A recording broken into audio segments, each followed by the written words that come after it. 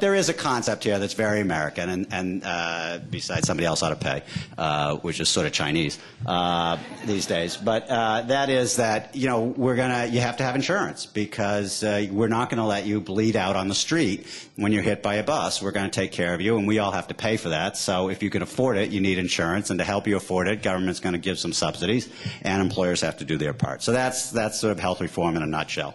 A little less than 2,700 pages. And we could do it in Massachusetts because we've been doing it for 25 years. In fact, Governor Dukakis, as a precedent-setting effort for presidential candidate Romney, enacted universal health insurance, signed it in 1988 at the beginning of his failed presidential bid. And it was failed to be implemented because employers really didn't support it and had an employer mandate, so forth and so on. But we have that sort of tradition, and we took a different shot at it in 2006 with this conservative heritage foundation idea of the individual mandate.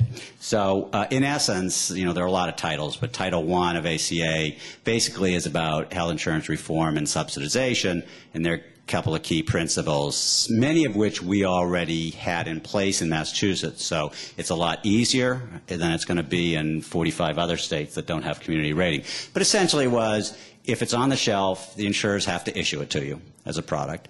And whether you get a heart attack or a pimple, they have to renew it without reference to your health status at annual renewal time. And there's a limited range of prices that can be charged, which means the old and the sick, like me, get subsidized by the young and the beautiful, like you.